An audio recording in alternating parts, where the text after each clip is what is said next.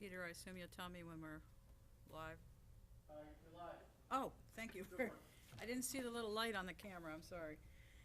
Good morning, everyone. This is the meeting of the Marine and Freshwater Quality Committee.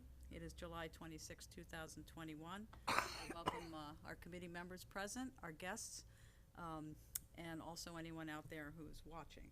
I see Betsy Furtney and William Brotherton right now. The first item on the agenda is the Uncle Harvey's Pond Management Plan implementation. This is an update on the alum treatment that was done in May.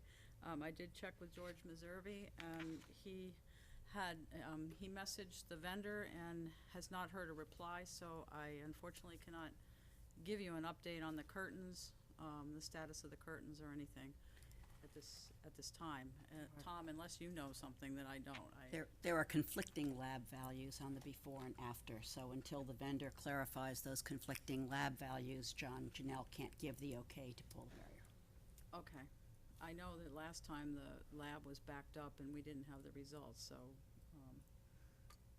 yeah. So I'm sorry I don't have more to update you on. The application was conducted, John's done. harassing them. He understands Okay. that people are very anxious to get those barriers pulled. Yes, it would be good, because I know there's some kids that have been swimming out there hanging on to the curtain buoys and stuff, and we really need to. The next item is the Uncle Harvey's Pond Pochett Road drainage issues and some other stormwater runoff sites that you saw in that email that I gave you a copy of. And we are blessed today to have Tom Daly, who's the director of the Department of Public Works and Natural Resources, if I got it correctly. And So Ron Trudeau, if I may, Madam Chair. Ron Trudeau is our new DPW manager. you need to be up here for the microphone, I'm sorry. No, it's fine. You So said anyway, Ron Trudeau? Ron Trudeau, Okay. he's our DPW manager, he's been with us for over 2 years. Yeah, I know, I thought it'd be a good opportunity, for him to come today and introduce him. He replaced Frank Nichols. Okay. About 2.5 years ago. And Ron's Okay. in fact, Judy, you want to introduce the members? You didn't do that. I certainly will do that, yes. And some of our members are new to you, so I'm going to start at that end of the table. And I'll ask the members to introduce themselves. Carol Etzold. nice to meet you. Ed Hafner. Rich Levy. Judy Scanlon. Judith Bruce? Valerie May. And Valerie is our newest member. This is her second meeting, so she's real new. Thank you. So I appreciate you coming today. I know in the past, Carolyn and I have met with you and even used to meet with your predecessor. We would give you a top 10 list of road discharge issues that we perceived as having a potential negative impact on our estuaries or freshwater ponds. And this is a good time to try to get caught up because of COVID last year. Of course, we didn't talk with you at all, and I did send an email and I listed some that I could remember, but you may have others. I do. And You can see I'm armed for bear a little yes, bit. you are. I see 3 ring notebooks and everything Yeah. else, so I'm going to turn it right over That's to you. just to look impressive, that's all that Well, you- is. But it is a topic, You are definitely, quick comment. you're successfully doing that, and I'm going to turn it over to you, Tom, and I thank you. Thanks. So again, Ron Trudeau, DPW manager. Ron's been on, going on 2.5 years, going on 3, right, in January. Ron's been a great asset to us, so glad to have him. Here's a nice replacement for Frank, who was awesome also, but we've been very fortunate. But I don't have any more rabbits in my hat. Like, I stole Frank from Newton, I stole Ron from Southbridge. I don't have any more rabbits in the hat. Anyone else I know is retired at And this you're point. from Deluxeberry, if I remember. Yeah, at some point, I spent 6 years up in Deluxebury. Yeah, I used to work absolutely. there also. Yeah, my daughter's there now, at the school, teaching, yeah, just got a job, starting September. Good. So anyway, not to waste everyone's time. So I actually checked my notes in my little book here. The last time I think I talked to you was October, and I'm assuming probably 19. I think so. Yeah. Yeah. 20 maybe? 20? Mm-mm. No, I think it That was was- 19. So anyway, While. I'm going to touch on some of the projects that you mentioned, but we've been busy. And one of the things that, well, let me put it this way, let me start. We've got a $12 million backlog in stormwater work. We did back in 19, so this here, actually to look impressive, is a report done by Wood that we've been working on. In fact, I think they changed names a couple of times. It was the Foster Wheeler Project, 7 years ago. Mark Budnick started it 7 Yes, years Mark. ago. And then Foster Wheeler got bought out by AMAC, and then it was AMAC for a few years, and then they got bought out by Wood, which is kind of a trend in the industry. These smaller engineering companies are getting bought up by the monster engineering firms. But anyway, same group of people, same project. So we finally wrapped it up after a lot of years. We did a lot of QA/QC on our stormwater mapping and things, just to get most up-to-date data as possible. So we call it the Stormwater and Nutrient Management Analysis and Strategy for Capital Project Planning. So what this was it's a guidebook. It's a 30,000-foot level of need of outfalls and potential outfall potential pollution locations throughout the town, based upon potential nutrient loading. Okay, so basically, throw your money where you get the biggest buck. Bang for your buck. So again, it's a guide, but we have to take that and we have to incorporate it into construction projects. So for example, and I'll start with this, Phase 1 sewer, downtown sewer. We're not gonna go put sewers in the ground and then pave it all, and then go back a few years later and do a stormwater improvement. We try to do this with all our infrastructure, stormwater, water mains, water work, things like that, and so on, and sewer, and then when it's all said and done, we pave it. And then we're done for, we don't have to touch it again for 25 years of paving, and hopefully we don't have to touch the utilities for 50 or more. So, with that being said, I'm gonna touch on, so 2 projects. So for example, Phase 1 sewer, we did 2 projects, which were on the list. I know one of them won, one was not. The Brewster Crossroad improvement. So years ago, we had done Brewster Crossroad, did a BMP, best management practice, infiltration pits, et cetera, to pick up nutrients. And we tested it a number of years ago. Actually, maybe it was part of the Boland Pond study. Anyway, it was tested, the outfall, and it was still feeding some nutrients into Boland Pond. And we're like, okay, well, that's not acceptable, So, as part of the sewer job, that was on, our eyes were set on that project. We need to make an improvement out there. But lo and behold, we're putting sewer in. Well, we're not gonna, like I said, go back again. This is So what we were hoping you we would do. incorporated it into the sewer project. There was special appropriations. It didn't come out of sewer money. It was special appropriations at the town meeting for that project. But what was really great was, because we incorporated it into, like, we'll say a $25 million project, this little piece of stormwater came in really cheap. I don't remember exactly, probably 20-something thousand, to be really short money, because they were already mobilized and they already had the equipment, So we saved a lot of money by doing it. So that whole system's been redone, revamped, probably done a few months ago, sometime in the spring. Then there was another one with the sewer project that we did, which was on Locust Road, and that was one that feeds into Cedar Pond. And so we did a big improvement over there. Also, and again, it came in dirt cheap, basically. We're very pleased with the outcome of that. And we're gonna have some more of those, and we'll talk about that. So let me hit my list here quick. So we talked about Brewster Crossroads done, Locust Road that feeds into Cedar Pond is done at this point. I'll go back to Uncle Harvey's if you're okay with that at the moment. On your list was the Barley Neck Landing project. That was one that popped up into the study. That work was completed in December of 20? No, 19. December of 19, January of 19, that work was completed. We had an NRCS grant for that, so 75% was paid by the feds for that. So 25% we paid for, but that project went really well. And that was I think the town's first BMP job in the early 90s, my understanding was. If not the first one of the very early ones. And, it functioned okay. I mean, it was just when, in the industry we started looking at these type of projects to pull nutrients out of stormwater.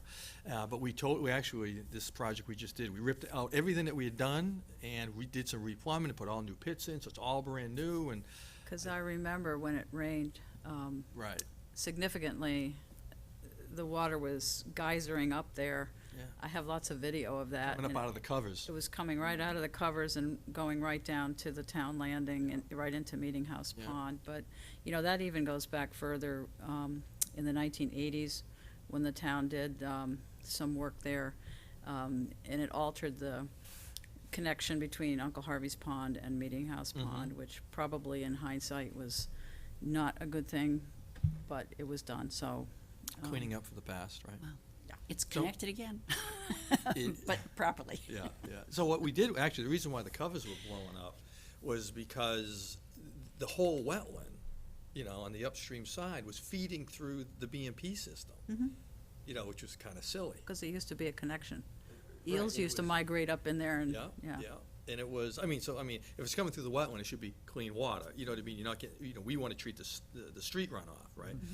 But it was going through the whole BMP, so you weren't getting any treatment, you were just flushing out the BMP system. So that's why, that was the big issue with it. So what we did was we bypassed the flow through the culvert coming from the wetland, just go straight down, out to the outfall near Meeting House Pond. But everything off the street now goes through the BMP system, and then, That's if great. it does, quote-unquote, overflow, if it reaches beyond its design capacity, then it overflows and goes down Meeting House Pond. So it's interesting, and I wonder if the eels would go up there now. Velocity would have a big impact on that.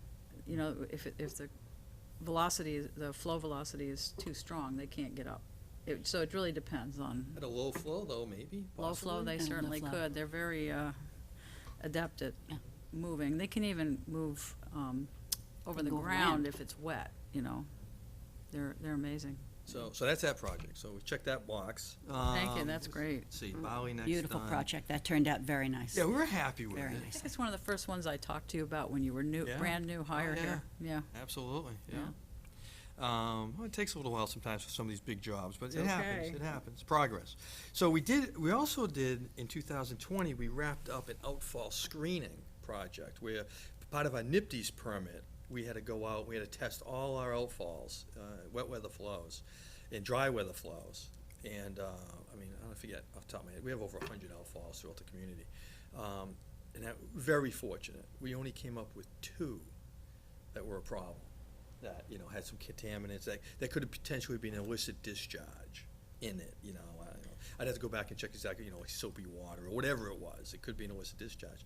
One of them's really easy, and it's into a catch basin at the intersection of the Godiah Hill and Finley. There's a catch basin there, right near the glass store.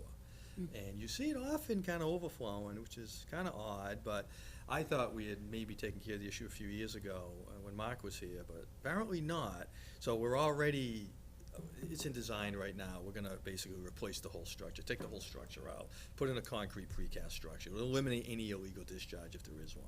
And that's a simple. Because it's also impacting water levels in Kettle Pond.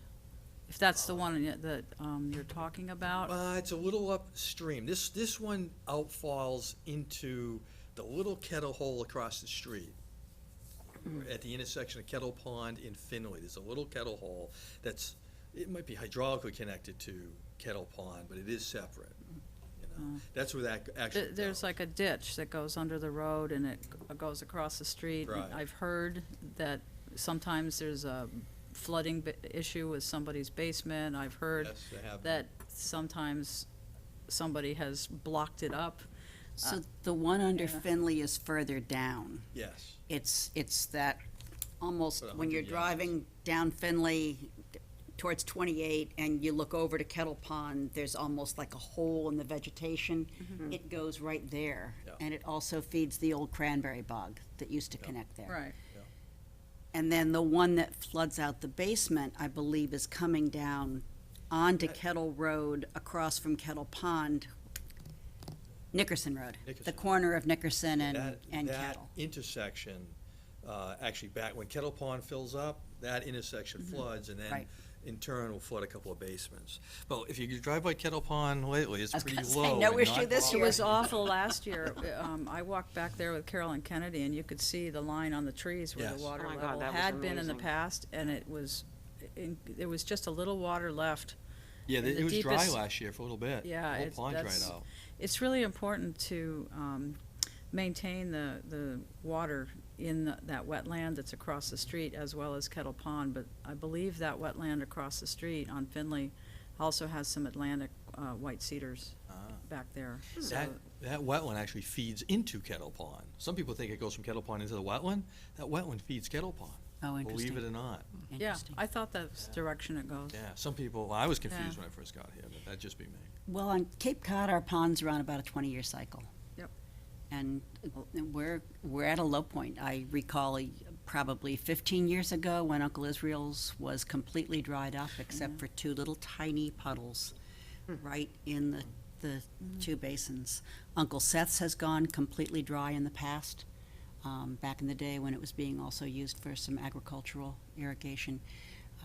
But I think this is our low groundwater. We're in a drought, But and this all the is- ponds. We're still, And the We cycle are. may be, Well, it may be getting, different now it may be because- getting more severe. It may the be Outer Cape has bigger not. bigs and lower lows. Yeah, yeah, The yeah. Outer Cape is the only area, I think, in Massachusetts that is not recovered Right. as Yes. far as rainfall. It keeps missing us. It either goes just to our Yeah. north, Oh. just to our south. Get a couple inches inland and we get a quarter of an inch or a Well, even- trace. Gonna say, Even we get the Provincetown and drizzle and Truro humidity, everybody else gets It's the a different beneficial color on rain. the map. In the news last night, P-Town and Truro had, it's moderate, oh, they have they have, slight, they've had more rain. they have. Right. It misses us. Anyway, Yeah. I'm sorry. So anyway, so there was only 2 locations that came up with some contamination, which was great, out of over 100 outfalls. That's fabulous. And one was the basin there, which we're in the process of designing, and probably this fall we'll replace it and we'll remove any potential illicit discharge. This is the Finley Road. Yeah. Yeah. And then the other one, believe it or not, was Jeremiah's Gutter. Oh, So, but that's gonna take some research, because that's a pretty good sized watershed. So that's something we have to work on over the next year or so, see if we can find what's going on there. If we can be of any assistance with that one, in the past, this committee had done a lot of work with the gutter and the parking lot, the Stop and Yeah, Shop yeah, parking lot and the runoff. We used to sample bacteria in there. We've walked the entire wetland that goes all the way around the perimeter, one side behind the fish market and the other side over where the tin knocker was, and that's all still being sampled, as part of the Stop and Shop plan. So those results, for anyone that's interested, are available in the Conservation Office. yeah, That'd be one something one to of look the issues, I think, the way the water comes off the roof of that whole complex, not just Stop and Shop, but the other stores in there, TJ Maxx and everything, it's a flat roof. The water used to come right down the downspout onto the tarmac on the back side of the buildings and right in. And so you had like meat deliveries out back. It could be You have just that. birds on the roof. Right, it could be Uh, any of that. Well, there's Oh. lots of birds on the roof up there, so there, and then there's the parking lot issue, Right, right. so. So that's something we need to investigate. But I If thought our we were committee very can help fortunate. you with, Thank with you. that one, we'd like to. Yeah, yeah, well, Offer our you services. guys have historical knowledge, which could be very helpful. You know the lay of the land over there better than I do also. Yeah, and there's a huge, I know you'll speak with John, because there's a huge amount of information That's good, on that's the good. I Stop didn't and know Shop that. parking Oh, lot. yeah. Oh, yeah, the I didn't know they were two still testing. ponds, they're still testing. And- They're on a very strict maintenance schedule of having to sweep the parking lot. I think they do it every 3 months. Really. Yeah, but he's got a tremendous amount of Excellent. information there. I'll talk to John, thank you, appreciate that. Great. Not to take too much of your time, so, let's see, that's in design. All right, so, other projects, some of the stuff you may or may not even know about. So the Mill Pond Landing project, which was, I think, on your list a little bit, that's been funded at this point, so we'll be, permitted and funded, so, we'll be in construction this fall. That's the one where OCT's property? Yes, Yeah, okay. yep. So that'll be this fall, most likely. And then we have another project, it's more of a flooding project up the street on Mill Pond, but that, just so you know, some of our stormwater management funds go to, we do address flooding issues when people have flooding issues. So there's one right up at the corner, there's some flooding issues going on, so we're doing a small project up there to remedy that situation. Actually, part of the problem is, at some point, probably in the last 30 years, Verizon put a utility pole right through our outfall, right through the pipe. So, we gotta work around that. Imagine that. So anyway, let's see what else we got going on. I got another flooding project, issue over on Pond Road, but there's another project that, okay, so let's talk sewer projects. That's in the, Meeting House Pond area, okay, phase 2 of the sewer project, that's in design right now. So again, I ended up breaking to the homeowner in the last couple of weeks, like we're moving forward and doing a project, and it's not a big project. Which end of the Pond Road is it? What's that? Which end? Between Finley, which end? It's right in the middle. 25. It's number 25, but it's right in the middle between, yeah, Between 28 and Monument? yeah.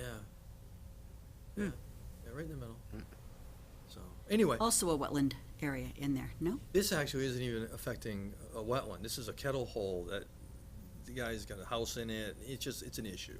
And I've been telling the guy I'll help him out. You know what I mean? Like I said, it's not a big project, but it's something we're working on. But because it's in the Phase 2 sewer, I'm not gonna put the stormwater in and then and then rip it up to put sewer under it and then put the stormwater back in and then pave the road.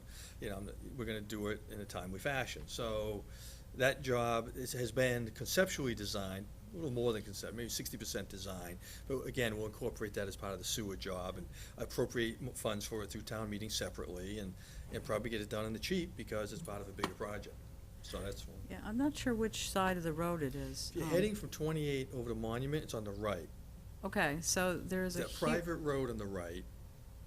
Okay. If I have it, I might have it right here, actually. Well, the reason I'm mentioning it is that there's a huge wetland system back there that starts on the one side of Monument Road behind our house, Yeah. and it goes all the way down between, there's an intermittent stream that goes between my mother's property and my farm.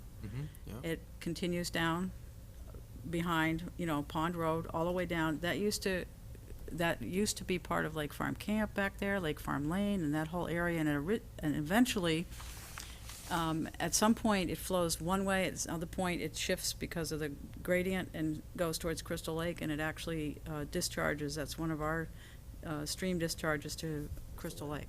It's all the same wetland system back there, and there was a man living on Pond Road who used to come through my property and dig out the stream because it was backing up and flooding his basement. So I'm thinking it's the same area that you're talking about. This is actually, I just checked, it's near Lake Farm Lane. So Yes. if you're going from, That's a huge system back there. oh yeah, from 28 over to Monument, Yeah. you pass Lake Farm Lane, it's like the first or second house on the right Yeah. thereafter. Yeah. You see a small little kettle hole, Yeah. and his house has gotten flooded, his basement. Right. So, anyway, like I said, small project, we're incorporated as part of the Phase 2 sewer. Also, we're starting to work on, from a road rehab standpoint, Uncle Israel's and Granny's, that neighborhood, we do have some stormwater issues down there, so we're gonna start touching on that, one of them this fall, and as more funds become available, we'll revamp some of the stormwater down there before we repave or chip seal. We have another flooding issue, which actually does impact water quality off of River Road. There's like a basin there or something, and it's like an old leaching basin. It doesn't work, so it floods, goes over a scupper, and goes down into a wetland. It kind of, keeps the guy's yard pretty wet, and it's got wetland back there. So we've got that'll be one of those that we'll probably do. I was planning on doing it this fall, but because it's gonna be part of the next phase of sewer, it's gonna have to be bumped probably a couple of years. But, we're in design, we'll just move that forward with some special funding as part of Phase 2 sewer. On a positive note, last year we received an $800,000 grant from NRCS, from the feds, okay, for landing projects, water quality, stormwater water quality work at landing. So there are 4 landings that we are in design. We'll probably go into construction in the fall, maybe a little bit into the spring, but probably the fall, we'll start construction. So there's the Doan Road landing, so there's like the 2 landings on Doan Road. One's a little turnaround with the stairs, and then the other one's a little more of a landing. We're doing water quality systems there. The end of Port Inimicut, not in the parking lot, but as the water runs down the hill, where we can get enough height above groundwater, we're gonna put a leaching system in there. Snowshore, if you go down the end of Snowshore, you remember one of those old water quality jobs with the green plastic, similar to Herringbrook. Well, we're gonna be taking those out, but redoing, we're replacing it with a different, maybe vegetated wetland or whatever down there at the end of Snowshore. So we'll be redoing that as part of all this, and the end of Champlain also. In fact, the end of Champlain, we're actually gonna be going up the hill a bit with numerous stormwater systems climbing the hill to pick up the runoff as it comes down the street. So it's a $1 million project, a little over estimated, and we got a grant for about $800,000, and we'll use our stormwater funds for the other $200,000 as our match. So those are good projects. Sparrowhawk Landing, Some of you may recall that. We got it permitted, but the town didn't fund it. You know, there was some stormwater built into that project a little bit, but I guess that's on hold. I think that might be coming back to town, I think that might be coming back to town meeting, Sparrowhawk, I'm not sure. It might, you I might see it. didn't recall that didn't get funded. It didn't Interesting. originally. Yeah, that was, Too bad. It's good. actually, I don't think it got the support of the select board. I think the select board didn't put it on the annual last year, or the year, or the fall before that at Nauset Beach. But Mill Pond happened. So, but it's there. I think it'll come back. We'll see. So the last thing I'll leave you with, other than Uncle Harvey's Pond, I'll save that for the And last. Herringbrook Road, In Herringbrook Road, thank you. that's a real pet peeve Yeah, of yeah, okay, mine, so two- because of the so- herring. I'll touch on both of those at the end. So the other thing, we had a meeting, you know, right now we're having weekly meetings on the sewer project, and we got talking about, actually, maybe it was with the Board of Water Sewer last week. Yeah, that's right, that's what it was. And, so I told you about some of these projects that we've been telling AECom, we'll get a stormwater project here, usually have a GHD design it, give it to AECom, and they incorporate it into the sewer job. But, you know, I said to Tom Parise, I'm like, did I give you all the projects, like, that we think we got coming within phase two? Because we, again, we wanna time it right, and he's like, you think so, we gotta double check, so, he had a couple of them, but not all of them, so, actually, late Friday, and then this morning, coming out of this report, you know, I got a plan of all the, potential projects in different areas around town. So, I need to pull this, I gotta now start coordinating the engineers. Monument near Pond, there's a retrofit project, we have a BMP there now, basically we need to add to it or modify it. And then Monument near the school, right around the corner, there's another retrofit project we need to do. Barley Neck at Beach, I think it's the outfall that runs down to the marina, we should do a project there. Lewis Road at Meeting House, I gotta dig into that one a little more, but anyway, these are potential areas that I'm gonna present as part of the next phase. These are projects we should do before the sewer goes in, or as the sewer's going in. And then, and there's small projects, but there's a number of them. And then Pochi at Brick Hill, there's, I think we've already done something there, but again, another retrofit project. And there was Barley Neck Landing, and we can check that one off. So these are other projects that I'm gonna be introducing. This, you know, of course, they have to go to town meeting and get funded, but these are projects we need to introduce. Planning ahead. So, Herringbrook, Before you move on Yes. to that, just a comment on Pond, Monument and Pond, because that's where I live, is that area. So the wetland that's down behind Yes. there, yeah, so it's behind the house that's directly in front of you Right, with the coming down stockade Pond. fence, okay? yeah, And it also extends to the right, if you were staring at that house from Pond Road. That wetland down in back, which is part of that same system that goes all the way down Pond Road to Crystal Lake, that's a vernal pool down back there in back. It's an uncertified one, but it is wood frog habitat. And so whatever you do, don't cut off the source of water to that wetland. Just keep that in mind. okay, yeah, Okay. okay, all right, so noted. Yeah, I mean, everything we will do will be in the street, but still, like you said, we don't wanna cut off the water supply. Well, there's drainage there off the street that goes Right. right down, Right, yeah. right, we'll just be adding like infiltration and things. Again, it'll be in the same groundwater system, I would think. Well, but it gets so surface noted. water when it really rains hard. Right, right, So it would probably be a really good one for a swale that could have water go in, stay a while and scoot back out. we just need real estate for that, like an easement or something, but it's something to talk about. We can I talk can't about it. help you because I'm on the other side of the road. Just a quick question, since Barley Neck at Beach is my stomping grounds, do you mean at the end of Barley Neck Road, at At that Barley landing? Neck, at Nauset Marine, so at. Oh, Barley okay. Neck Beach in Maine, right, that intersection. Oh, gotcha. It's the restaurant now, the Rail, right there, that's where The we're Rail, talking, yep. that Yeah, area. yeah. In fact, actually, that ties in pretty well because, you know, we just did Beach, we paved it, right to the intersection, but I'm looking at a project now, reconstruction of Main Street, actually. It's something we're seriously talking about. I wanna reconstruct, because it needs to be overlaid, it needs, bike and ped improvements, I mean, it's time. The road needs attention, but I wanna look at it from Academy Place all the way to Beach Road.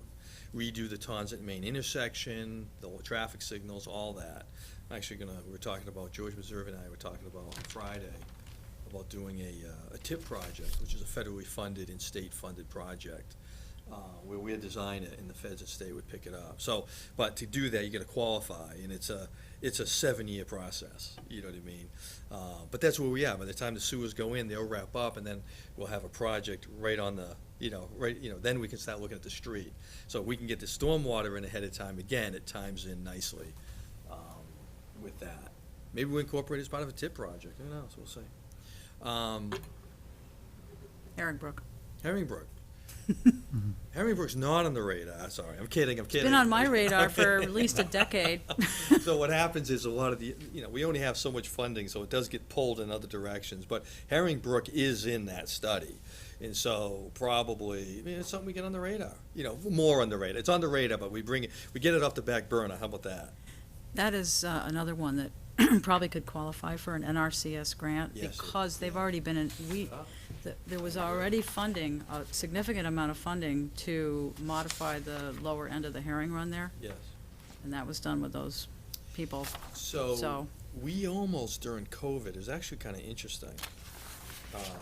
NRCS, came to us saying, hey, we got grant money, because we haven't, they haven't been doing the grants in a few years. I don't know, one of the last ones was maybe Priscilla or whatever that we worked with them on, but anyway, they came to us during COVID and said, hey, we've got some funds for projects, and so we started, I talked to, probably John and Nate, and we started, coming up with a list of projects. That's where we came up with the 4. We were already working on Dome, but we came up with another 3. So they had a lot of projects, and none of the Cape Towns were biting because of COVID. They were like, oh no, we're kind of busy. I'm like, what? I'm not busy. I mean, I'm busy, but I can find a home for $1 million,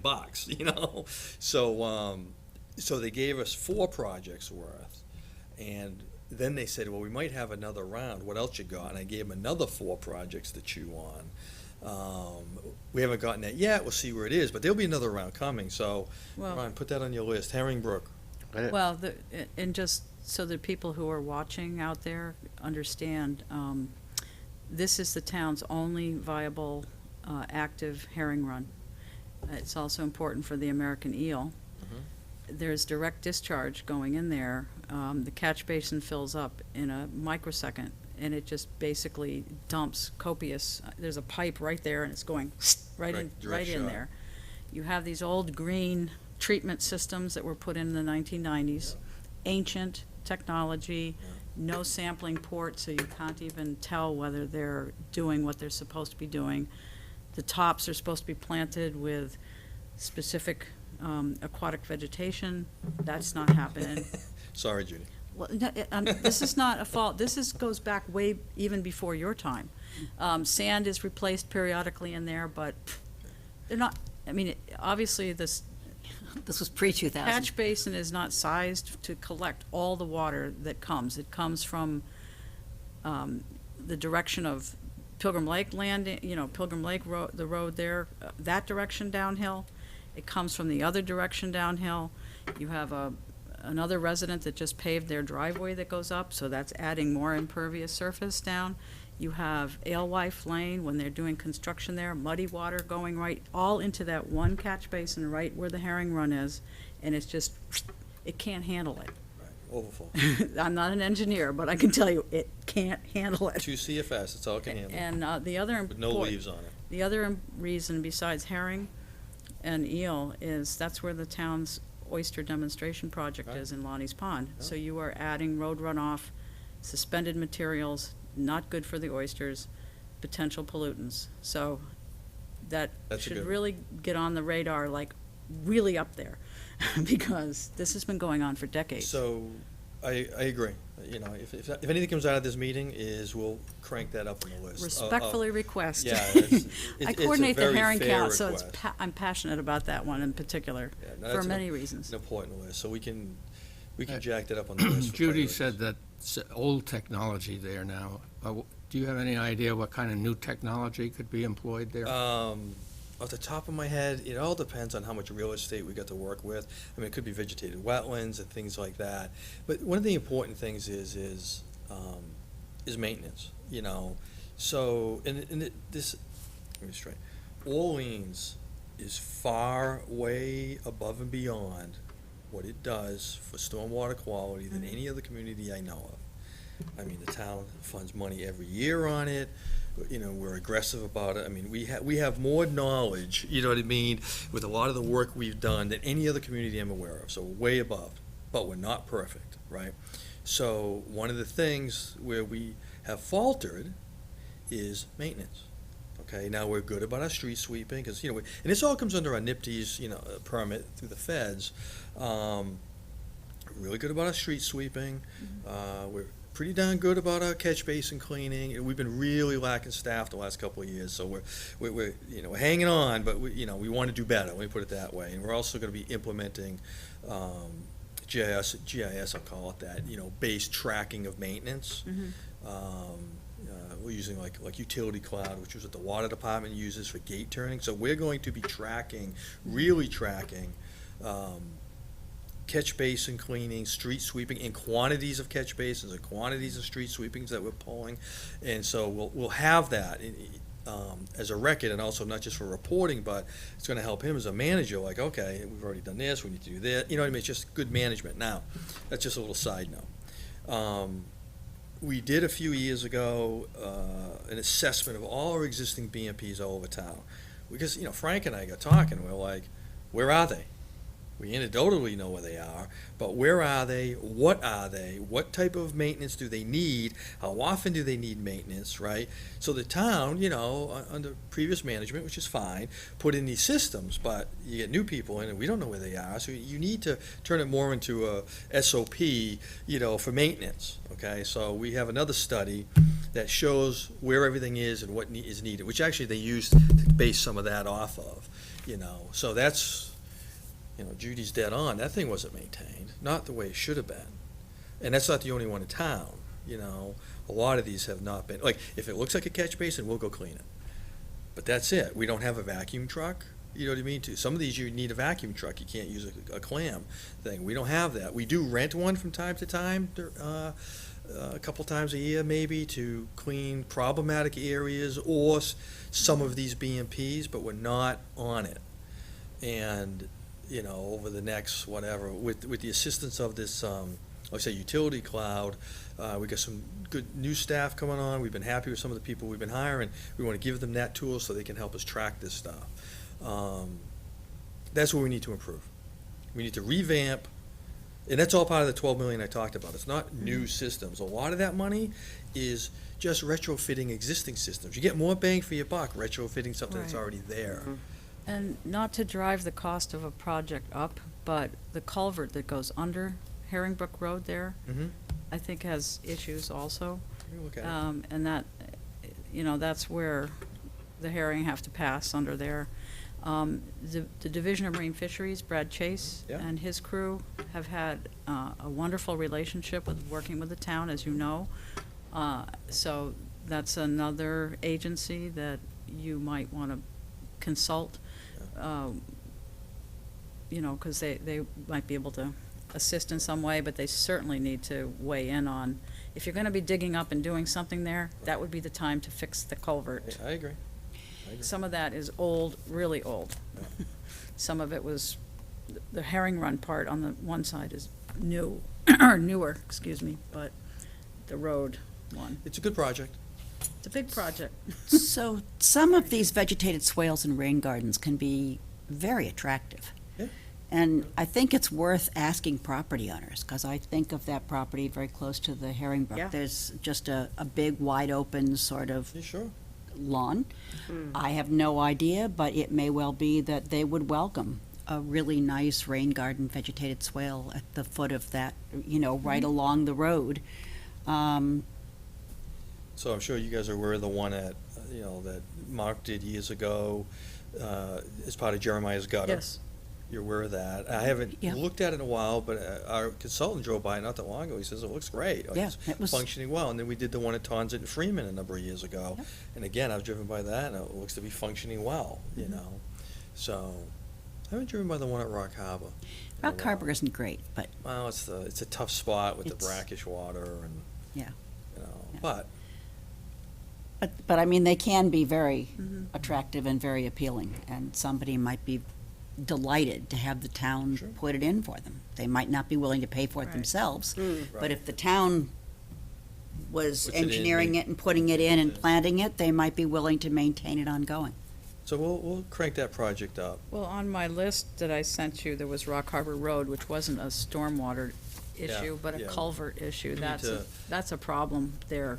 We gotta go take a look at that. That's I mean- one we haven't addressed yet, just because we've been pulled in other areas, but we will take a look at it and maybe Right. get it on a list. Well, one side was fixed, might have been prior to you Yeah, coming on, where they put in new riprap and fixed the Right. marsh side to some degree, but my understanding is that underneath Rock Harbor Road, the culvert is actually angled, you know, so you get head pressure that builds up on the marsh side, and then it blasts through, and it's causing severe scour and erosion on Steve Ellis's, his property is right there. And it's washing away his property more and more. And so there's something going on with that culvert too. we'll take a look. Yeah. We'll add that, because I saw that on the list when I looked at it today, I'm like, yeah, we need to take a look at that, because you and I have talked about Yeah, that before. then, that was never replaced, just a little bit of the downside of it, yeah. The, last not, but not least, the Uncle Harvey's project. Yes, Uncle Harvey's. So we started designing that a couple of years ago or so. Yeah, Some solutions over there. And then the study came out on Uncle Harvey's and, you know, what was causing the pollutants into the pond and The this and management that. plan, yeah. And we kind of stepped back, and we just stepped back on it for a little bit, going, okay, let's see how it all plays out. Like, you know, I think if my memory recalls, like stormwater, look at this erosion out there. We will continue to, no matter how much pollutants is coming from stormwater, we will always look at getting, you know, solving that issue. But we took a step back with all the other things going on with Uncle Harvey's Pond, and then ultimately the alum, et cetera. But now, you know, we've got it back up, you know, kind of front, and guess what? That's one of the projects on Phase 2 sewer. Okay. So that'll probably happen when Phase 2 sewer happens in 4 years, something like that. That's kind of a long way out. I mean, I know. remember walking around with GHD and you and Ed Eichner from SMAST, and But right now you have a lot of erosion, I and it's agree. delivering pollutants down into Uncle Harvey's Pond, where the town is trying to, So what would happen is I would throw out, you know, out of that project that size, I'm just throwing a number out. I'd go spend $100,000 right now, and then would rip it up in 2 years and do it again. And we really don't want to do that. And it's actually fortunate that we didn't do it 2 years ago, because again, I'd spend $100,000 and come back 4 years later and rip it up. So Yeah. it's project scheduling, and sometimes that's just the way it rolls. I mean, if there's some interim things, that's fine, but I don't know if there's a lot we can do. Maybe clean up the right, driveway well, I know a bit. Betsy Fertney had texted me earlier, and, Yeah. you know, there is a potential marsh restoration angle there also. I don't know if she has any comments. I do see her there. I'm not sure if she wants to comment. I'm certainly happy to, she was a former member of our committee and just went off. I think she Oh. might, Hand up. Her hand is up. there she is. There she is. Yep, So, hands up. Peter, please bring Betsy in. Hi, Betsy. may Can be you hear mu- me? Hello. Yeah. Yep, I can. Good. Hey, Tom, how are you? Good, yourself? Just try to speak I'm up. good. You're a little faint. Okay. I'm glad you're doing well, and it sounds like you're making great progress. The only two comments I'd like to make is, first, that we have 2 asphalt paved swales going directly into the marsh, that the town continues to direct stormwater into the marsh without any concern for the contamination. So I think that is a really important issue to address.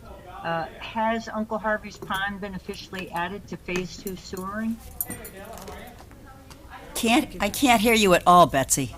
The last question I couldn't get, Betsy. Is there any way to increase the volume There- for there Betsy isn't. in this room? They probably can hear watching You just have TV. to really, We can't You- right you- Use up those more, is lungs, that really better? scream at us. Is that better? Yeah. Can you hear me? A little bit. Oh, I don't know why it's so difficult. Are we officially on the phase 2 for Meeting House Pond? I can't say officially, but you said Meeting House Pond. You mean Uncle Harvey's Pond? No, the sewering, the phase 2 Oh, sewering for Meeting Okay, House Pond. so, funds have been appropriated for design. So that is in design, officially. We will be going back again, I think, in the spring for construction money. So that's when funds would be appropriated for the stormwater work as part of, Meeting House Pond. That Oh, would be but are you hold on. excellent. Hold on. You're talking about, hold on, Betsy, I apologize. You're talking about adding more around Uncle Harvey's Pond. 4 to 6 Houses. properties. Right, no, you're right. On Poachie. That's not officially, that's not. There is a piece right now that covers the drainage project that we're discussing at the town property at Uncle Harvey's. But those additional houses are not officially at this point. I don't want to lead you astray.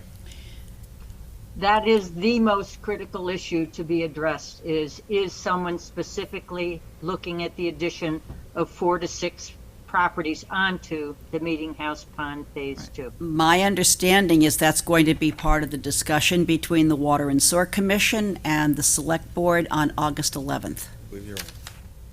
August 11th. Right. Excellent. August Thank you, 11th. Judith. Yeah. That, my understanding is that that is going to be part of that discussion. And for sure, then, if those 4 to 6 houses, they are all accessed by Poachie. So the sewer line would run just down Poachie, not circling the pond, not 170, none of that, just 4 to 6 down Poachie. And if they do, then again, where we're talking about tearing up the road to putting in a sewer pipe, that's the time, I believe, to look at the stormwater as well. That's And why I think shot you it's that really, note. really important that Tom press the issue for combining that extension with this drainage so we can eliminate asphalt swales going directly into the marsh. Right. So depending on the location, Betsy, the current envelope of Meeting House Pond covers that stormwater system at the entrance, I'm pretty sure, to the town property. I was looking at that this morning. I think it goes that far. It's right on the cusp. Yeah, I would try to incorporate it. Yeah, So- the water runs right down. Right. There's nothing, Poachie Road, there's nothing that keeps it from running right down. Yeah, and we will, It's doing that. Ron and I will take a closer look if there's if we've got some direct discharges and we can I have action Adjust it. video of Oh, the I whole understand. thing coming down. It's not, I mean, I can tell by the road which way it's It's all going. washed But out if there's there. something we can do without doing a full project, just make some adjustments, berms, et cetera, to, Well, that'd be good to we'll temporarily, We'll take a look, yeah, temporarily. But then going back to what Betsy's said about, the 4 to 6 houses, those are really key too, because the alum treatment that the town has done is only temporary. You need to stop the phosphorus inputs going into Uncle Harvey as soon as possible. So one last comment. I find it very interesting, Tom, that what you're describing is that the drainage was always going to go to the entrance to the town property, and the sewering was not. So clearly, getting those two in sync is the top priority.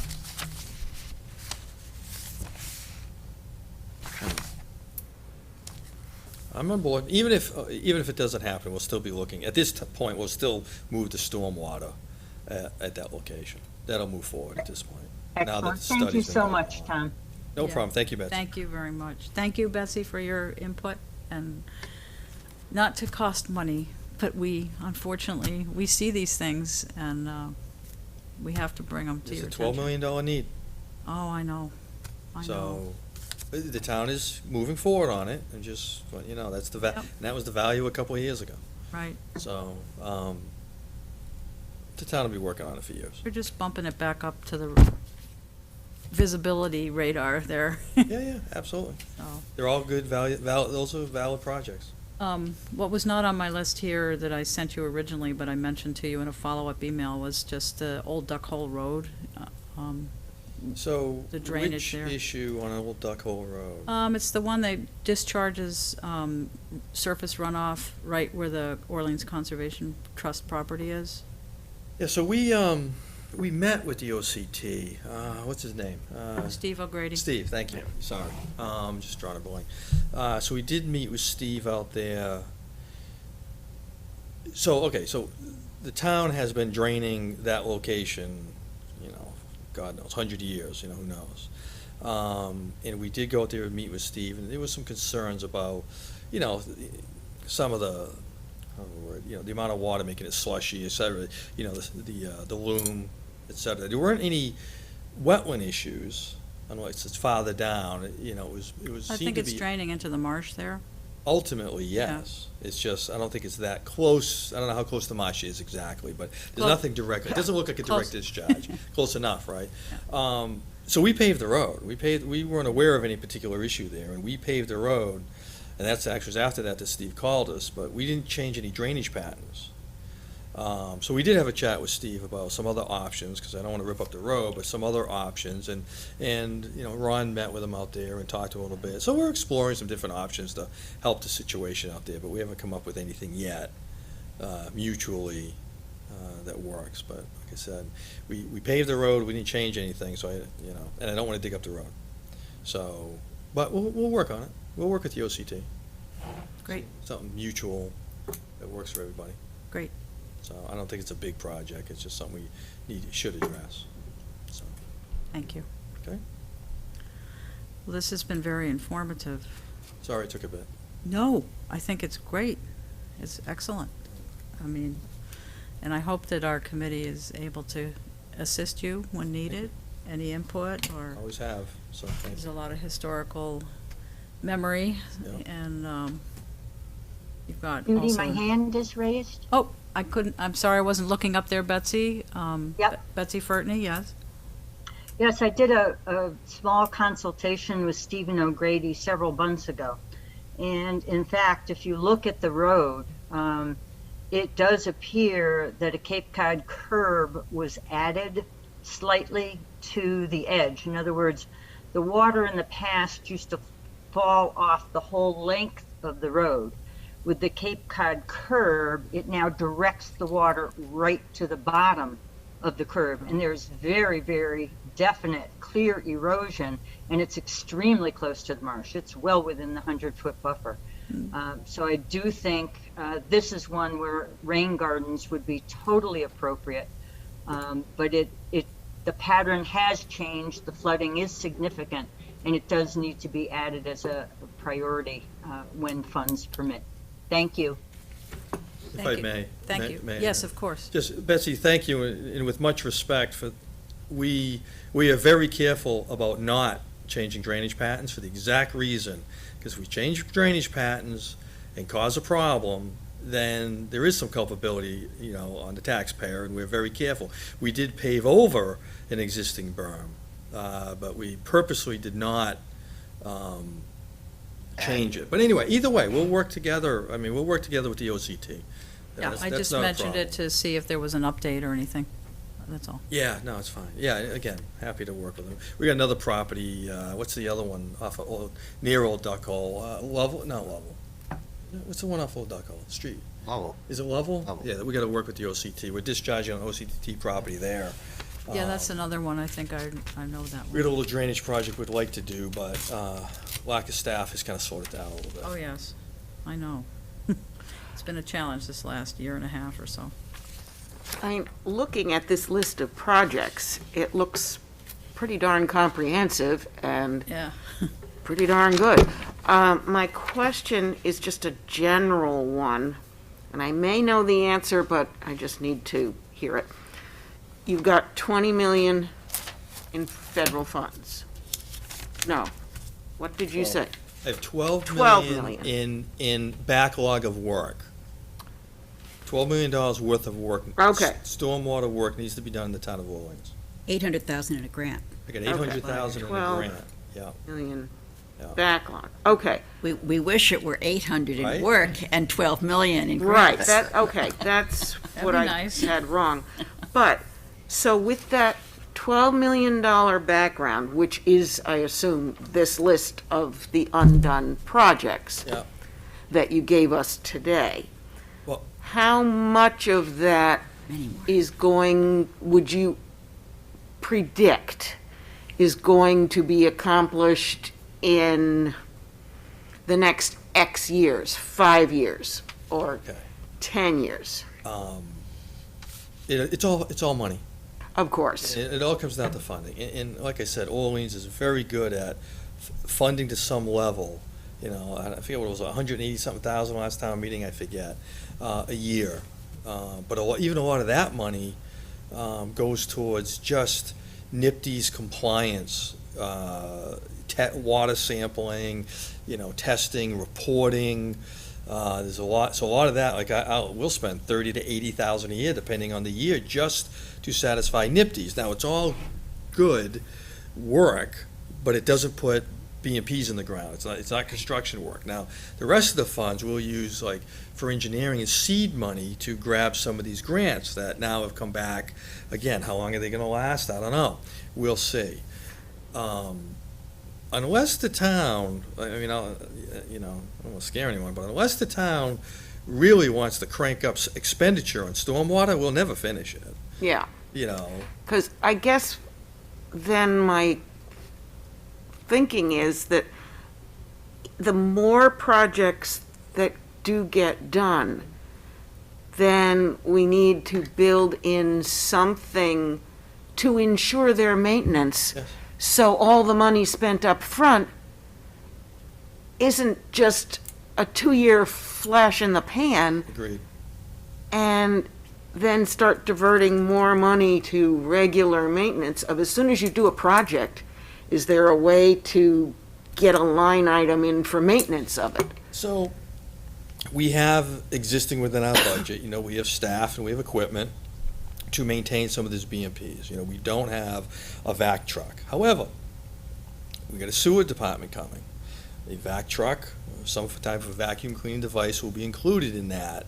Might be a trailer, things like, instead of a full truck. I mean, a full truck could be $400,000. A trailer would be a lot less, type of thing. So we can, utilize our equipment that we purchase for those reasons. So that will help us. And then again, like I was explaining earlier, we would like to, quite honestly, for the next generation of managers, before I leave, set up SOPs type for maintenance of these things. Yeah. And it might not be, we might have most everything we need already to make all that maintenance happen, as long as we know where we need to go and what we need to maintain. Up until recently, we didn't even know, other than just our catch basins out there. So we're getting a handle on that, but it's not an easy lift. It's going to take some energy. But that seems to be a key piece that's Oh, yeah. needed, because so many of the projects that you talked about today were done beautifully once. Mhm. And then kind of, Right. I can only think of very bad analogies, just have been neglected too soon, which caused them to fail too soon. Yeah, maintenance. So will it keep just things seems going. like we're throwing money down the culvert at this stuff. That's one of the things I would like to get accomplished before I retire, is to have some good SOPs in place to assist with the. And just in case anyone out there doesn't know what an SOP is, it stands for Standard Operating Procedures. Thank you. We throw acronyms all over the Too many. place, Yeah. and a lot of people don't know what they are, so. Ps. Yes, and NIPDs and, all, NPDES permits and all that, so discharge outfalls, and Yeah. so I try to explain it. Thank you.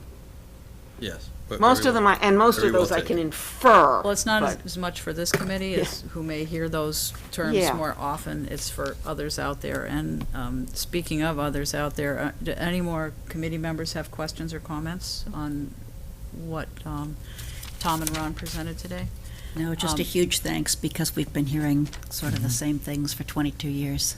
I It's do- really nice to see things actually Happening. getting done and Churning moving. along, yeah. And it's not that I'm not sympathetic to those that came before you, because when you don't have the staff and you don't have the funds, it's very frustrating. But Yeah. it is really nice to see these things given attention and put on a schedule and really starting to get addressed. And so, yeah, I'd like to see everything done yesterday, but honestly, after 22 years of waiting, if we have to wait 3 or 4 years for some of these things to get done right, I'm fine with that.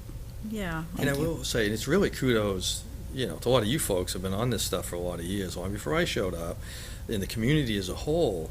Orleans is far ahead of other communities. Fortunate for a couple of things. One of our outfalls, some of the stuff just will drain into kettle holes, with no resource areas, so we're, and sandy, and we have sandy material in a lot of areas around town, which makes it less expensive BMPs to construct, so that's fortunate. And the town has spent money, so I mean, some of these earlier BMPs that went in 1990 or thereabouts, that's when it first started bubbling up is, we need to do something with stormwater quality.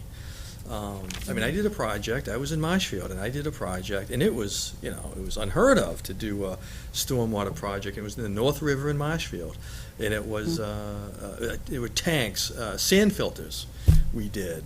And I still have that award on my desk, you know what I mean? But Yeah. that was like, no one was talking about doing this type of stuff, and Orleans has been doing it pretty significantly, for You years drive now. around anywhere, and way back when they were first putting in paths and roads and roadways, the whole practice was to direct water into water. That's just what you did. It was efficient. Yeah, true. You Yeah, get the that water was off the efficient. roadway. You had to get the water off Yeah, the roadway. get Had the it public water off safety. the road and just shoot it. If you've got a stream, a lake, a pond, a marsh, a whatever, A low spot in someone's a front low yard. spot, put it Well, in. One way that I hope this committee can help you is that we tend to look at whole ecosystems and water quality issues, whereas maybe it's broken and you fix it, and it's more of a, and so hopefully we can help connect the dots, because sometimes, like Lonnie's Pond, you need to look at the oyster demonstration, you need to look at the herring run and the water quality issues, and TMDL compliance and all that, so. That's a good project. So anything we can do to help, we'd like to do that. There are some people out there watching. Is there, anybody have any public comments or questions for Tom and Ron before we go on to the next agenda item? Not seeing any hands flashing madly up there. I think that's, we're all,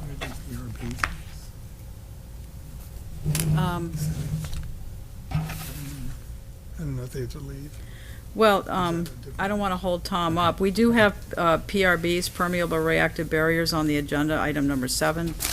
This was put on here after after the AECom presentation that was just done last week to the Board of Water and Sewer Commissioners. And I don't know if there's anything that you would have specific questions for Tom at this point. It's sort of a general Very good. discussion. We're trying to come up to speed on that, to see where we might be able to provide some recommendations. And so I just, again, hope that as those move through, you also think about what we might be able to contribute as far as recommendations. If you On the- look at the presentation, you'll see the We- current We did. locations that they're talking about, and if you'd like answers on why that might, you know what I mean, Tom Parisi via email, sure to give an and- explanation on those particular areas. Yeah, I was and why they're very priority. happy to hear that Tom is finally now verbalizing the fact that you cannot put a PRB, you should not put a PRB, a nitrogen removing PRB, up gradient of a freshwater pond, heard or him you say will that, wreck yeah. it. So it took a long time of making those statements, but he has heard it, and it is now part of his vocabulary. Well, they've done So- it with the pilot study over at the school. They've learned a lot, from that. And it works. The technology works for, the appropriate location. At so- 80%. Yeah, and it's another tool in the toolbox. Mhm. But they've also, since, in the last few years, they've run the analysis on, like, they were looking at 30, 50-year life cycle, and it's like, okay, PRBs might be better off 30 to 50 years. But when you look at the 100-year life cycle, it tips it the other way, that actually putting a pipe in the ground is far more economical. I don't want to say far, but it's more economical. I don't want to misspeak. So that do those- analysis will come. Those number comparisons that he did, you might know this, Tom, do they compare the cost of removing the amount of nitrogen that needs to be removed from that subwatershed? Or is it strictly a comparison of pound for pound of nitrogen removed? It's a good question. That's going to be my question Yeah, that's for great. August 11th, because that's huge. If you- The PRBs are sort of the last of our alternatives. You send it to me via email, we'll have an answer for you for the meeting. Then you can Okay. state it at the meeting, and Tom will be prepared to answer that question intelligently without winging it and say, I'll have to get back to you. Because they have looked at comparing the cost of, a pound of nitrogen removed by alternative septics, a pound of nitrogen removed by this, for all of these different technologies. But at the end of the day, if you sewer an area, it's 100% removal. If you use a PRB, it's an 80% removal. Well, in some of these areas, you only need a 50% removal, so that may well do it, depending on the percentage of the watershed you're looking at. But if it doesn't do it, this is the end of our alternatives. I mean, we had a whole list of Yeah. oysters, alternative down to septics, two, PRBs.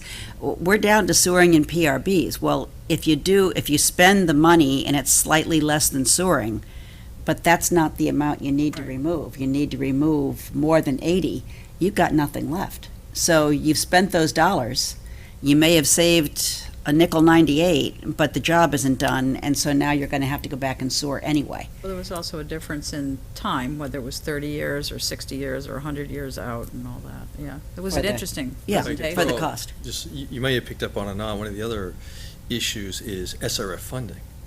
The DEP has not SRF funding. said they're gonna, That's right, they haven't blessed it yet. They have not blessed PRB. Nor have they so Well, that's- they haven't even blessed it as an Oysters. acceptable Right. technology yet. Right, So we don't even know if Lot we're of gonna ifs. if we would get credit for the nitrogen removed. Exactly. lot. That's the first step. Right, so you need DEP Right. on board lockstep, you know what I mean, for funding and from the technology standpoint for removal before, you might wanna Right. step into it fully with a full project. But it's all, yeah, plus my understanding Day at a is that time. they updated the water quality model for Pleasant Bay, and, so there may be areas where PRBs were proposed in the past that you may now know that you won't get to the TMDL level that you need, the total maximum daily load. Here I'm using acronyms now, so, but, yeah. sounds like you're watching and listening, so. We are watching and we Oh, would yes. be So I'm sure the happy to. comments will Oh, come yes. out, so that's good. Yeah. It's good discussion. So it's all good, and I'm really, again, thank you so much for, I know how busy you are, both of you. Happy to be here, sorry it took a little bit, but happy Nope. to be here. But it was well worth the wait. Good. Thank you. Thank you. So much. Happy to come back again. Okay, don't say that. Always welcome. Careful. Always Don't welcome. say that. Don't wait for an invitation. Come back and visit anytime. All right, well, have a good day. Thank you. You have a lovely day, Take care. too. Thanks a lot. So moving right along, after that very enlightening and informative, I'm very happy that they came. Excellent. So for our estuary monitoring progress update, after Judith's hard work and recruiting volunteers and everything, we successfully completed our round 1 of sampling last month, and without too many glitches. I think things went pretty smoothly. There were some minor things, but nothing bad. Round 2 is Sorry, this- did all stations get all sampled? stations got sampled, and round 2 is this Thursday. I will be trying to get some bottles out to teams that, we didn't have enough bottles initially, but I will be putting an email out today to those teams that need to pick up sampling bottles. And Judith, I think you need. Mine's, yeah. Um, I need white bottles. I Yeah, have, me too. Yep, those of you, I'm gonna put them on a table outside in my yard when I get done with this meeting. Okay.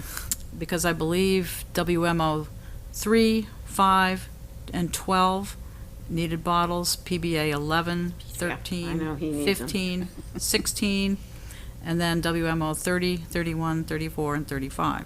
That's a lot. So I will have those bottles for those who need them. I also have more ice packs for people. I will have you know that ice packs are no longer $1 at Christmas Tree Shop. They are now $1.99 or $2.99, depending on the size.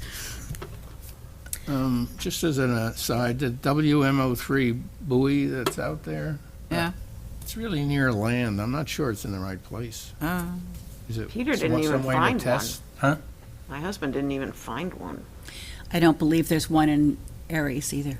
Yeah, in some places, there aren't any buoys. I know that my PBA Station 13 has a PBA 12 buoy on it, on Amocoy Point.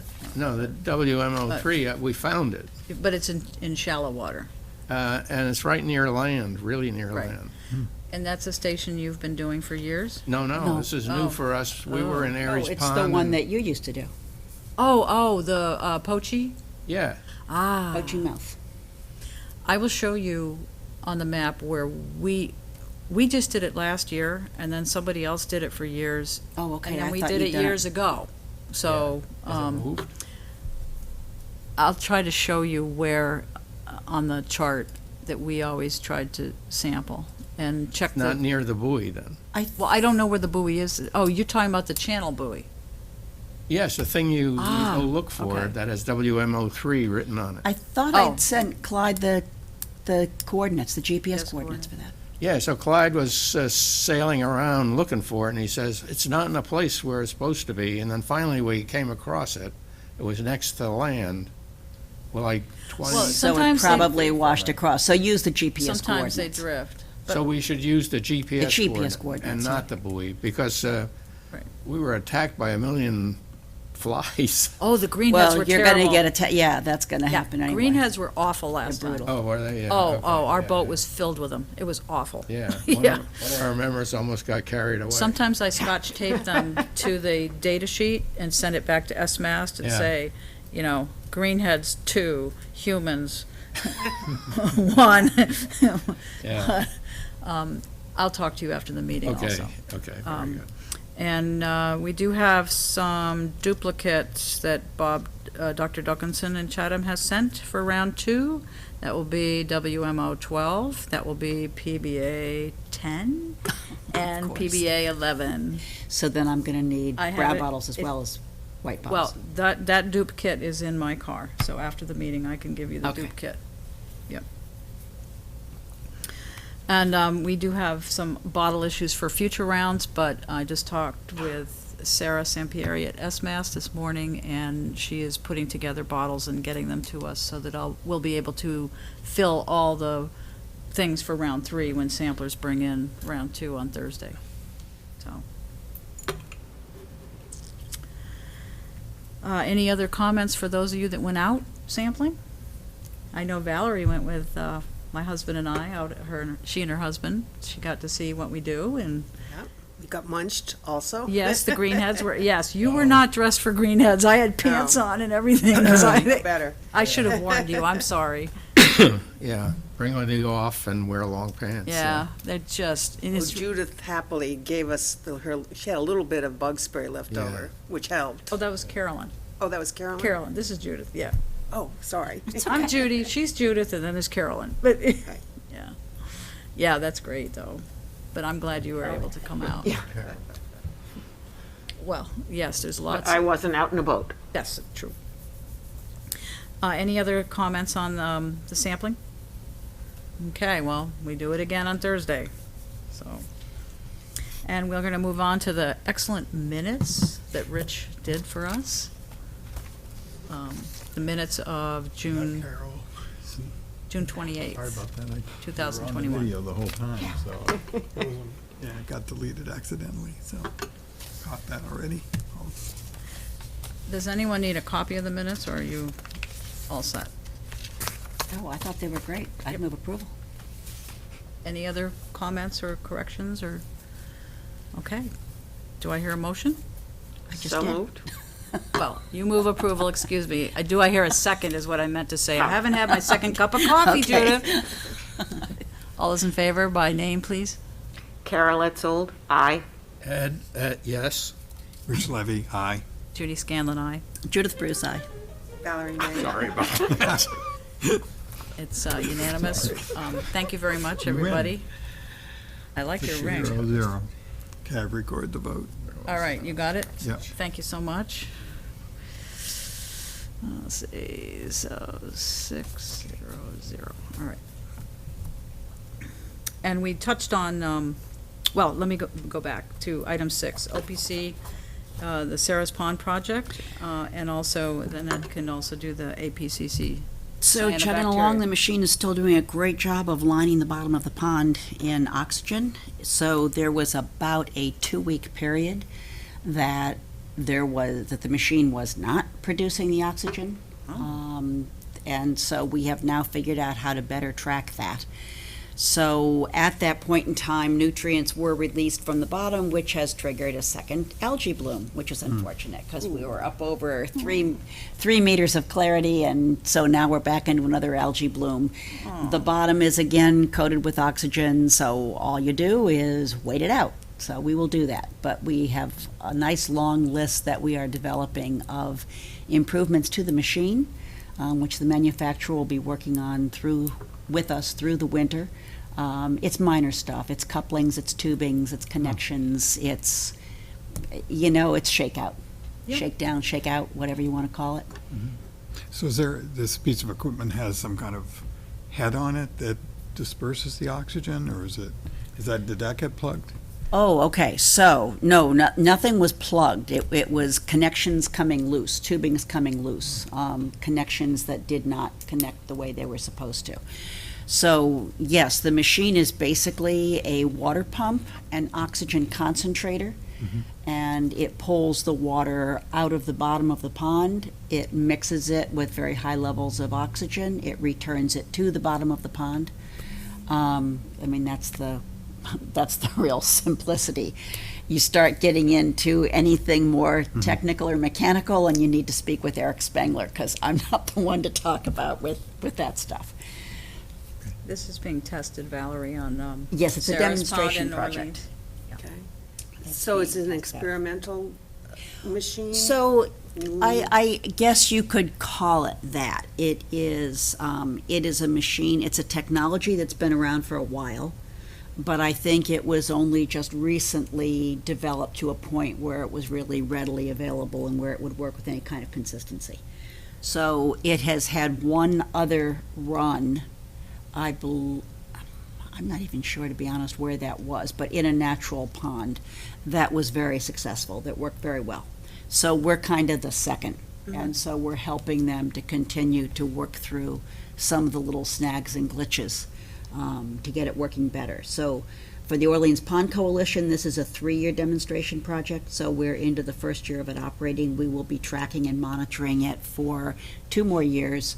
We monitor weekly for oxygen levels and temperature, and that's an in-person monitoring. We monitor monthly, algae samples as well weekly, and then monthly we take nutrient samples.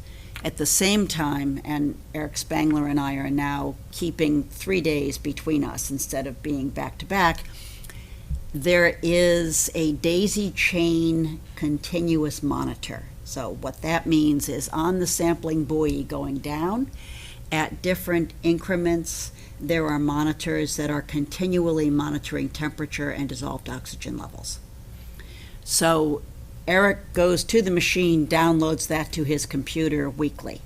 So every 2 to 3 days, we have a readout on just what the oxygen and temperature levels are. That's our early warning, if you will, to pick up on the fact that maybe the machine isn't putting out what it needs to. So this is our second demonstration. The first demonstration was nanobubbles, and that was not successful because the machine never did succeed in putting out the level of oxygen needed. The nice thing about this one is we have determined and we know that it does put out the level of oxygen needed. It's just a matter of having that consistency of operation to get it to work. Is that where the algae bloom happened? Or Yes, so the algae bloom, the way this works, She may be thinking of Uncle Harvey's Pond, though. okay, so I don't think so. The way this works is you have nutrients coming out of the bottom of sediments on the bottom of a pond. And you can do any number of things to keep that from happening. You can dredge those sediments out. You can cover the bottom in aluminum with an alum treatment so that they can't be released. Or you can cover the bottom in a blanket of oxygen that also keeps that from being released, because unless the bottom goes anoxic, the phosphorus doesn't release from the iron. Anoxic means no oxygen. Anoxic means right? no oxygen. Very low oxygen. So if you lose your oxygen on the bottom of the pond, which is your typical in the summer, then all of the iron lets go of its phosphorus and that all releases out. Interestingly, Sarah's Pond has an off-the-chart level of phosphorus in its sediments. It's 1,600. Impaired is about 100. Sarah's has got 1,600. So the minute that oxygen stops, lots of nutrients are being released into the pond. So the good news to that is the fact that when the oxygen worked properly, nothing was released and the pond was just crystal clear, first time in well over 5 years. Shows the success, if you will, the ability of the oxygen to do what it needs to do. And of course, the additional benefit is the whole time that oxygen is running, it is improving the pond. So you're not just preventing something from happening, you're actually making the pond better over time. So, you chug along. We wish it hadn't slowed down for that period, but on the other hand, that's kind of good to see that it does work. I mean, we had the early going into it, and it seemed to work. It was working beautifully. We lost it. It failed to work. It's back on, and I suspect within another 3 to 4 weeks, the pond will be crystal clear again. We certainly hope.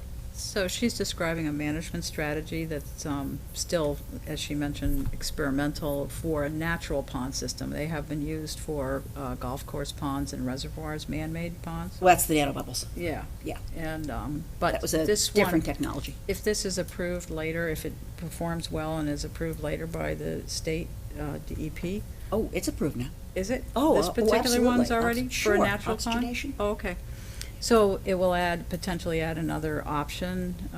Alum treatment was an option selected after careful study for Uncle Harvey's Pond because of recurring algal blooms there, and that those actually resulted in closures. This is a private pond that they're monitoring, Sarah's Pond, but it's another option, and so that's why they're looking at it, to see. Thank you. Thanks for Sure. the explanation. So, and cyanobacteria, Ed might know. The more recent Yes. cyanobacteria. We did testing last Friday, Thursday. This is a separate Thursday. project that's Yeah, being done separate by. Also, project. Orleans Pond Coalition, but separate project. Yeah, and you can find a lot of this at the Orleans Pond Coalition website. The sites, what Judith was just describing is on there. And I guess you're posting the data as well for the, No, we don't post the oh, data. you're saving that, okay. No. But the project is described there. Data is considered private until Ken Wagner has had a chance to So, analyze it yeah, and release it. Has to be because reviewed by it the That's a good idea. gets- technical experts, yeah. Yes. So along with that, what you were mentioning before, that technology, side stream oxygenation, as Judy mentioned, is used way in the past, but it usually involves millions of dollars. What's happened is there's a new inventor, Paul Ganser, who has invented this system that can be used in small ponds, like Sarah's Pond. And that's the breakthrough in the sense that instead of just having it available for a few big projects, now Like thousands. giant reservoirs and wastewater Yeah. plants. So now it possibly can be open for hundreds or thousands of ponds like we have on the Cape. So this could be a game changer. So we should really plug it publicity-wise. Yeah, no, that's true. So it's OrleansPondCoalition.org. And there's also a fabulous video that was put together by Ed. I think Oh, it's up now. thank you. Is it not? I believe Yes, it is. yeah. Action video. That really shows the components very Yeah. clearly. Yeah. So you Shows- can see yeah. each of the components and how they got installed into the pond.